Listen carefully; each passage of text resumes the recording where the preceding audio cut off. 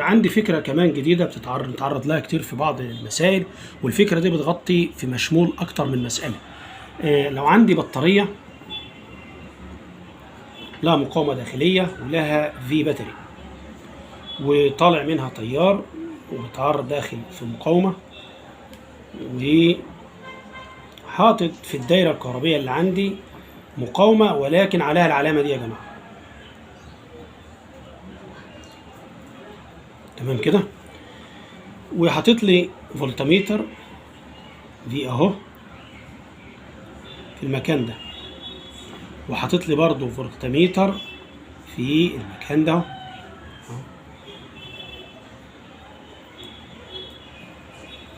هسمي دي الفي باتري معلش، ودهيت الفي الخارجي اللي هو هسميه في 1، يبقى ده في 1 وده هو في 2.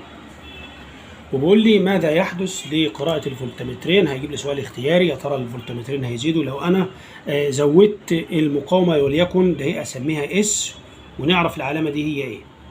هنا ار وهنا ار، طبعا هنا ماشي تيار اسمه اي بالشكل ده من القطب الموجب للقطب السالب عبر الدائرة الخارجية. تعال نشوف ايه المطلوب. المطلوب بتاعك عند زيادة اس، يا ترى ال V1 هيحصل له ايه وال V2 هيحصل له ايه. تعال نشوف ازاي احكم على المسألة بالشكل ده. نتعرف الاول على الاس. الاس دي هي مقاومة متغيرة، يعني اقدر العب فيها في الدايرة، اغيرها، ازودها، اقللها طالما عليها العلامة دي، وبرمز لها بالرمز اس. وساعات بنخليها ار عادية، يعني ساعات المسألة بتيجي على انها ار.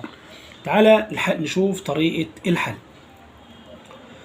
نشوف الاول فرق الجهد الاولاني اللي هو الفولتمتر الاولاني ازاي بيقرا، وبيقرا مين. نبص للبطاريه كويس، هنلاحظ ان البطاريه دي بتفرغ. طالما البطاريه بتفرغ بيحصل لها تفريغ وبيطلع منها التيار بهذا الشكل. هعرف ازاي انها بتفرغ؟ ان التيار طالع منها واتجاه التيار طالع منها بالفعل. فاذا اقول له V1 بتساوي ايه؟